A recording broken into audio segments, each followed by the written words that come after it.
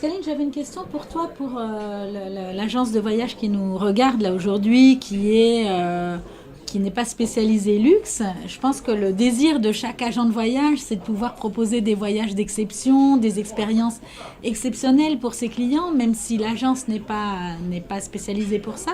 Quel conseil tu donnerais à cette personne qui nous regarderait aujourd'hui? Moi, je dirais vraiment d'être curieux de ce qui existe à destination selon l'endroit que demande le client. Il y a vraiment maintenant dans toutes les grandes villes, dans tous les pays, des hôtels qui ont ouvert, qui sont vraiment très abordables, mais qui ont beaucoup de charme, qui proposent des chambres différentes des hôtels avec des immeubles. Voilà, du charme, c'est très important. Et être curieux et avoir vraiment envie de se mettre à la place du client, c'est-à-dire se dire, moi j'aimerais dormir dans cet hôtel et j'aimerais avoir cette chambre-là. Merci. Dans cet hôtel, parce que cette chambre-là, même si elle est 20 € de plus, mais elle a quelque chose de plus. Et le fait de connaître et d'essayer de se mettre à la place du client, ça n'a pas de prix. Et ça, c'est le luxe. Vraiment, je donnerais ce conseil-là. Et moi, je recherche toujours des nouvelles destinations. Parce que les gens qui connaissent tout, qui ont beaucoup d'argent, ils ont déjà été partout, mais il y a des nouvelles destinations. Alors, c'est quoi les nouvelles destinations luxe? Comment tu fais pour connaître les destinations qui ne sont pas dans ton périmètre? C'est-à-dire que on est allé partout. Oui, j'espère. Mais on est allé dans beaucoup d'endroits. Or, comment on fait aujourd'hui pour en savoir plus que le client? T'es un peu snob. Alors, il faut beaucoup voyager. Il faut avoir des réceptifs qui sont vraiment proactifs aussi par rapport à ça.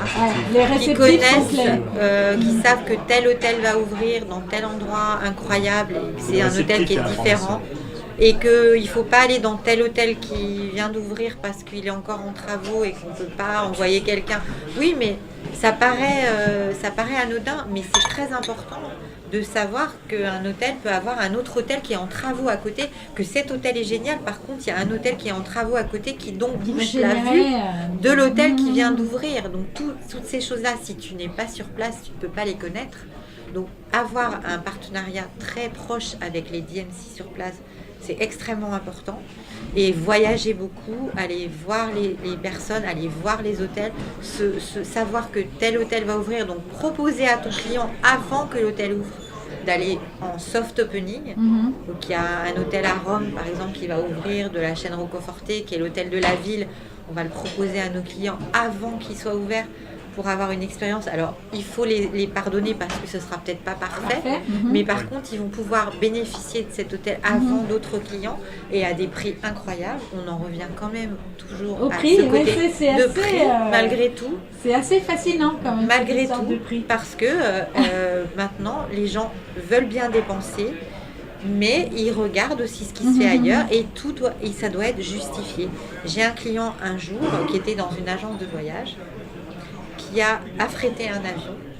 Il a parlé avec le pilote. Et le pilote lui a dit combien avait coûté l'affrètement. Et ça se passait pas chez toi. Donc il s'est rendu sur moi. compte. Comme je suis pas à la place du pilote, c'est hélas le rôle des intermédiaires. C'était une agence de voyage. Et l'agence de voyage avait pris une marge de 80% sur l'affrètement. Le client a discuté avec le pilote, il est rentré de son voyage, il a changé d'agence de voyage. Voilà.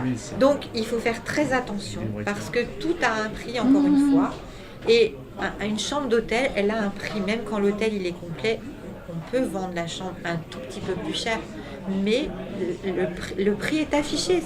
Les clients ne sont pas bêtes. Donc même dans le luxe, les clients regardent et commencent à beaucoup regarder, et notamment la nouvelle génération qui a très vite fait de regarder. Et les chambres d'hôtel peuvent tout d'un coup redevenir disponibles. Tout d'un coup, il n'y avait pas de place, mais il y en a de nouveau. Donc ils vont t'appeler, ils vont te dire tu m'as facturé 800 €, j'ai vu qu'elle est à 500 €, c'est la même catégorie, comment tu justifies? Voilà, donc il faut faire très attention. Est-ce qu'on peut parler du low cost du luxe? Mais vas-y, c'est un sens, absolument. Ou c'est iconoclaste Non, pas du tout. Moi, j'ai aucun problème avec ça, au contraire. Je peux vous dire que par exemple, le luxe aujourd'hui, c'est aussi d'affréter un avion pour 2 jours, pour 2 heures.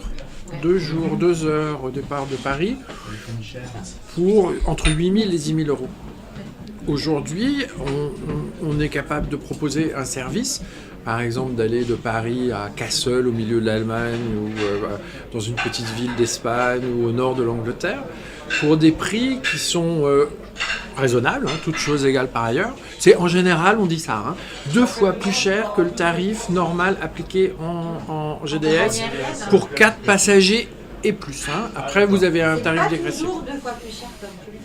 Ça peut être même moins cher parce que quand on est plus on est, moins c'est cher. Moins c'est cher. Entre 4 et 10. Voilà. Au-delà, ça descend. Mais je vous parle de l'avion du Bourget. Donc, je vous parlais d'un 747, mais je vous parle de cet avion-là. Donc, c'est entre 4 et 10 passagers, 2 fois plus cher à partir d'eux.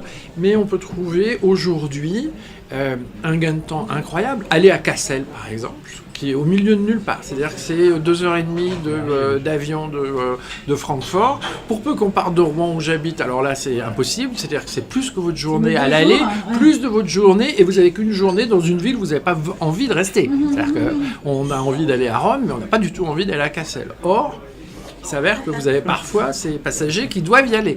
Je ne vous dis pas le Brive-Nuremberg et tout ça. Il faut que ces passagers-là puissent comprendre qu'effectivement, c'est aujourd'hui accessible. C'est pas ce qu'il y a de plus confortable. On est un peu comme ça dans l'avion, parce que l'avion il est petit, mais on est rendu en 2 heures de temps, avec une nuit sur place, et on revient le lendemain. Et ça a changé. On peut concevoir ça, la perception de l'avion au Bourget, avec des gardes du corps et des voitures blindées. Donc ça, c'est fini. Ça. Donc ça, c'est à la fois accessible, et c'est aussi pour ça qu'on a aujourd'hui des particuliers qui s'y frottent. Clientèle affaires, mais particuliers qui ont un petit peu de fric. Donc nous, on transporte les joueurs de foot. Alors bon, ces gens-là, ils appuient sur un bouton, il faut qu'on leur réponde tout de suite. Ils ont changé d'avis, le match a lieu à 14h au lieu de 15h, il faut changer d'avion. Donc c'est sûr que notre disponibilité, c'est ça. Mais c'est aussi des chefs d'entreprise qui ont bien compris que d'aller de Rouen à Cassel, ça ne mérite pas une journée pour y aller, une journée pour revenir et avoir perdu sa semaine pour un prix qui est sur Lufthansa ou sur Air France, aller-retour semaine, enfin je vous passe les détails, il y a 500-600 euros l'aller-retour. Ce qu'on disait tout à l'heure, c'est aussi le fait de proposer ce service-là, et le jet par exemple, de proposer parce qu'on sait que les gens sont 4-5 et qu'au final ça ne revient pas aussi cher que ça de le proposer. Par exemple sur la destination Saint-Tropez, c'est vrai que les Paris-Toulon l'été à certaines dates sont extrêmement chers en vol régulier. Quand les personnes sont à 4 ou 5 copains, souvent ils sont 2-3 couples à partir ensemble, on peut facilement leur proposer de louer un jet dans des conditions vraiment pas très lointaines du vol régulier et moins cher même que du TJ. Vraiment, et ça fait partie de notre valeur ajoutée de leur proposer ça. Et ils peuvent partir à l'heure qu'ils veulent. Ils peuvent arriver 5 minutes avant que le vol décolle et ça n'a pas de prix. C'est vraiment un confort extraordinaire. Ils peuvent aussi choisir le plat qui va être servi pendant les 2 heures de vol. Et avoir des préférences à bord et décoller sans le passeport en France. Donc, je peux même vous dire, et passer encore le contrôle au Bourget, c'est assez impressionnant. Bien sûr. Vous arrivez. Entre le moment où vous garez votre voiture et le moment où vous êtes à bord de l'avion, vous avez fait moins de 50 mètres. C'est fabuleux. Et ça, c'est fabuleux. Une fois que vous y avez goûté, c'est un peu difficile de se taper la queue. Surtout de nos jours, avec toutes les mesures de sécurité, et Ramadan le sait bien, avec toutes les mesures de sécurité aux aéroports où il faut arriver des heures avant. Donc en éco, évidemment, c'est au moins 2 heures avant, mais même en business, il y a quand même un minimum de temps. Tous les artistes arrivent au Bourget, il y a pratiquement tous arrivent au dernier moment. Gain de temps, au dernier moment. Il faut s'adapter, il faut être en contact avec tous les collaborateurs pour que... Et ouais, c'est ça. Ça coûte cher. Si on est en retard, on appelle Gilles, on est en retard, on arrive, l'avion attend. Le vol régulier ne va pas attendre. Voilà, alors, donc c'est un confort exceptionnel, c'est vrai. Est-ce que dans ces intermédiaires, on parlait tout à l'heure des pays du Golfe, je suis un petit peu perdu sur les intermédiaires qui recommandent des individuels venant du Moyen-Orient. On est assailli de gens qui ont le client, donc on ne parle pas des agences de voyage, mais on parle de tous ces individuels, apporteurs d'affaires, une nébuleuse incroyable qui fait que... il y a un peu de tout, je pense. Comment on fait pour toi pour s'en sortir? Comment on arrive à pas perdre du temps avec des types qui disparaissent, qui ne répondent plus au téléphone Alors moi, en fait, c'est assez paradoxal. Les plus grosses réservations peuvent venir d'une adresse gmail.com. Il faut savoir. Et ça fonctionne. Mais il faut se méfier, effectivement. Il faut savoir faire la part des choses, je pense. Bien sûr. J'imagine. Moi, ils ne payent pas, ils ne partent pas à l'avion. Donc c'est aussi vite que ceux. C'est pas... On est peut-être un peu moins exposé que quelqu'un qui poserait une réservation et puis qui se pointe pas. Mais c'est vrai que sur cette clientèle d'individuels fortunés, j'ai l'impression qu'il y a une cosmogonie d'intermédiaires bienveillants qui font monter les enchères. On n'en est pas à révéler avec sa carte de visite combien était le prix de l'avion, mais là on a des stratosphériques, quoi. Et ça, c'est vrai qu'on est peut-être un peu plus réticent à leur répondre sur le champ parce qu'on ne sait pas trop bien à qui on a affaire. Et des affaires qui traînent. Affréter un avion, ça peut être du jour pour le lendemain. Enfin, on a un peu de visibilité quand même sur les dispos. Moi, j'ai déjà eu le cas où j'étais en concurrence, c'est-à-dire le client avait appelé... par exemple, avait appelé Martin, il m'avait aussi appelé moi. Le côté confiance avec le prestataire et le côté partenariat, c'est le fait que quelqu'un comme le Parc Hyatt, comme Martin, va me protéger et va me donner la priorité. Parce que toi, tu avais déjà envoyé le lead à Martin. C'est toujours de protéger l'agent de voyage. Ou en même temps, voilà, mais voilà, le côté confiance et réciprocité et savoir que moi c'est pas du one shot et moi ça ne m'intéresse pas du tout de faire du one shot parce que il y a beaucoup aussi de sociétés ou d'agences de voyage qui visent sur le one shot, c'est-à-dire faire une opération une fois et tant pis si ce client ne revient pas. Nous, Succès Voyage, on est plus dans le côté fidélisation moyen et long terme. Qui m'intéresse beaucoup plus, c'est-à-dire que le client soit satisfait, passe de belles vacances et m'envoie d'autres clients à son retour et m'appelle en me disant j'étais contente Pascaline, tu m'as surclassée, tu m'as eu une très belle chambre à l'arrivée. Et voilà, ce côté-là, c'est vraiment quelque chose qui fait notre métier, qui fait pourquoi on fait ce métier. C'est pour avoir ces retours-là.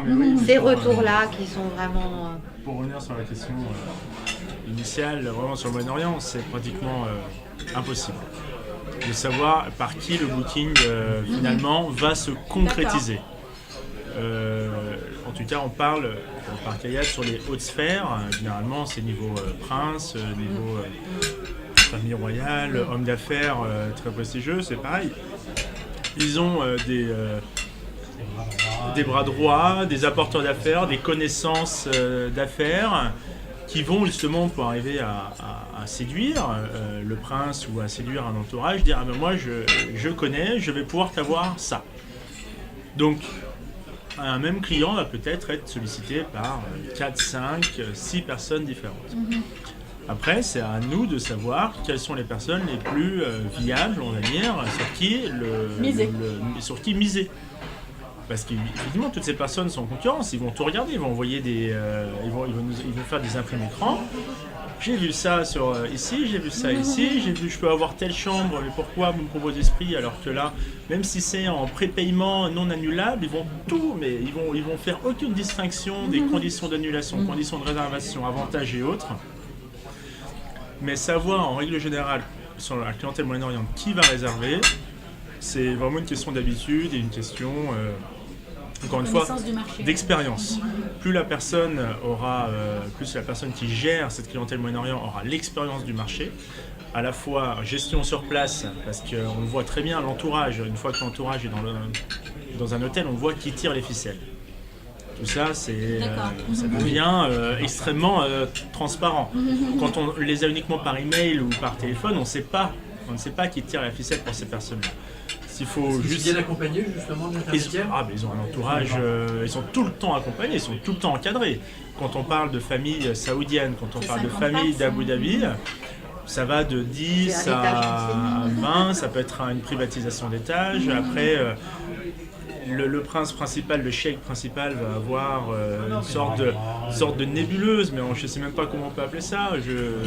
Une cour, voilà.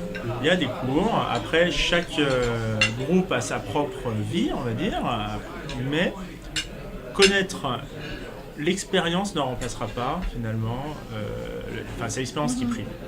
C'est de savoir qui, sur ce marché-là, a la possibilité de réserver et a la confiance de ces personnes.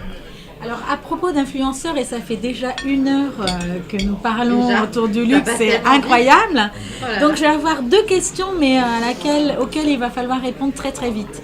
Est-ce que vous croyez aux influenceurs ? Tous ces gens qui se présentent, des youtubeurs ou des instagrammeurs, enfin bon, peu importe. Est-ce que ça, c'est important dans la spécificité luxe ? Succinctement, oui, il faut faire attention. D'accord. Parce que maintenant, moi, je peux me dire influenceur. Je peux m'auto-proclamer influenceur. Il faut arriver à identifier les personnes qui sont véritablement vecteurs de réservation pour le Parc Hyatt, par exemple. Ça, nous, c'est surtout dans le milieu de la mode. On va arriver à le voir. Finalement, dans le milieu du tourisme et autres, c'est un petit peu plus délicat, même si on en accepte. Mais nous, on préfère encore privilégier sur l'agent de voyage plus que sur l'influenceur. L'agent de voyage est encore un réel vecteur d'influence auprès de sa clientèle pour savoir sur tel ou tel. D'accord. On se méfie sur les influenceurs du tourisme. On se méfie. Mais par contre, sur la mode, il y a des personnes qui, simplement avec le nom affiché, que ce soit Parce qu'elle a fait 3 photos et demie. Elle a fait 3 photos dans le avec lobby, mais écrit, identifié par Paris Vendôme. C'est pas rare que nous, en déplacement à l'étranger, on vienne nous dire sur le marché russe, sur le marché Asie, tel influenceur est chez vous, c'est vraiment génial. D'accord. C'est pareil pour les sportifs, c'est pareil pour la célébrité, même si pour le people, même si nous on ne le demande pas, on n'est pas un hôtel qui va demander à ses célébrités de montrer qu'il est présent dans tel hôtel. Ils le font vraiment de manière très autonome. Là, il y a un vrai rôle d'influence. D'accord. Mais il faut vraiment être sélectif et je pense que l'intégralité des palaces sont maintenant sélectifs parce que sinon on est submergé de demandes.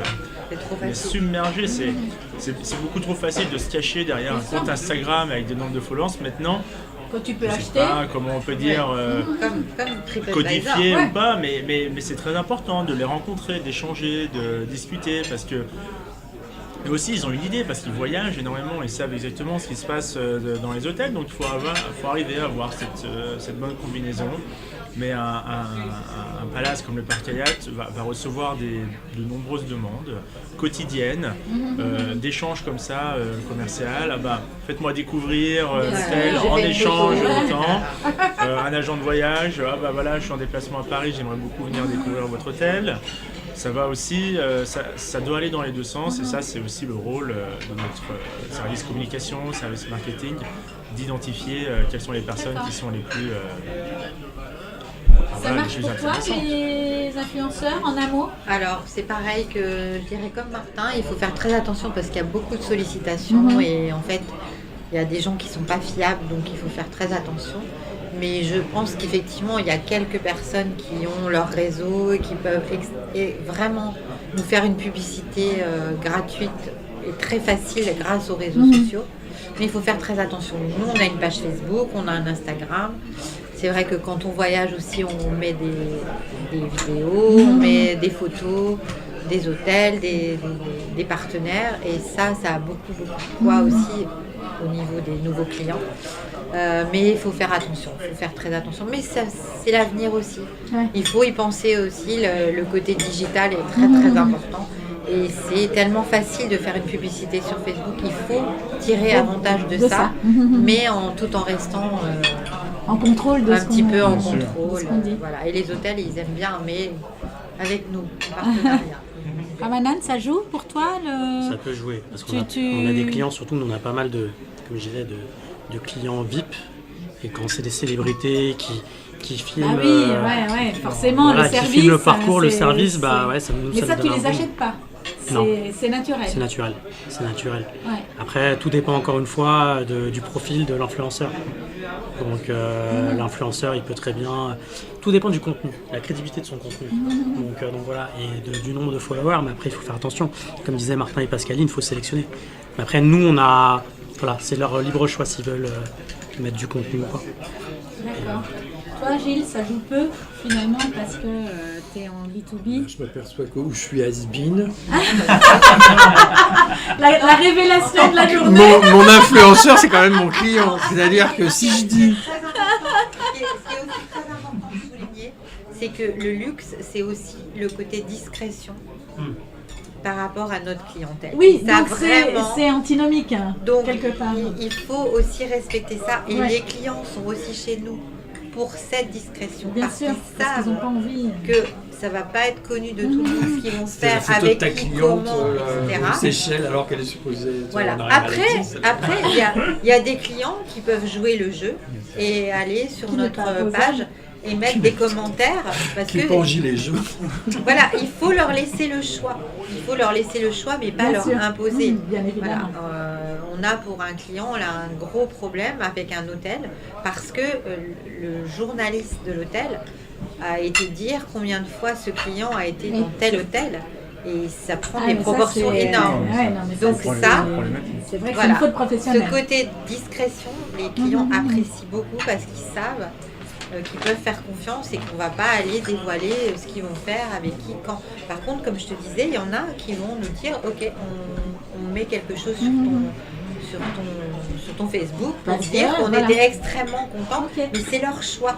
Et ça fait encore plus plaisir parce que c'est vraiment leur choix et c'est quelque chose d'agréable de Pascaline, voir tes que clients tutoient? mes clients me tutoient. Je pose la question. Beaucoup, mais pas tous. C'est Mais beaucoup une parce relation que, assez exceptionnelle. en fait, comme je disais, ça fait 25 ans que j'ai monté l'agence. Et la plupart de mes clients, je les connais depuis très très longtemps. Et maintenant, comme je disais, j'ai leurs enfants. Et je m'occupe des enfants de leurs enfants. Donc c'est vraiment quelque chose de très exceptionnel. Et ça me fait vraiment plaisir dans ce sens-là parce que je n'ai pas que le côté professionnel, je connais leur vie, mais je ne vais pas aller en parler sur la place publique. Donc, et ça, c'est vraiment quelque chose de Bien précieux. sûr. Donc, Précieux, qui n'a pas de prix. ça n'a pas de prix. Le temps étant de l'argent, nous allons arrêter notre table maintenant, parce que ça fait pas mal de temps qu'on parle du luxe. Merci infiniment, c'est un sujet extraordinaire. Rendez-vous à ILTM pour ceux qui y seront. Je vous engage à rencontrer nos amis à Cannes. Et puis le luxe n'est pas réservé pour les agences dédiées, vous pouvez le faire à tout moment. Mais prenez exemple sur ces professionnels et vous arriverez à négocier des beaux dossiers. Donc je vous dis à très très bientôt, bonne vente et vivement Cannes. Oui, vivement Cannes. Merci. Merci beaucoup, à bientôt. Merci.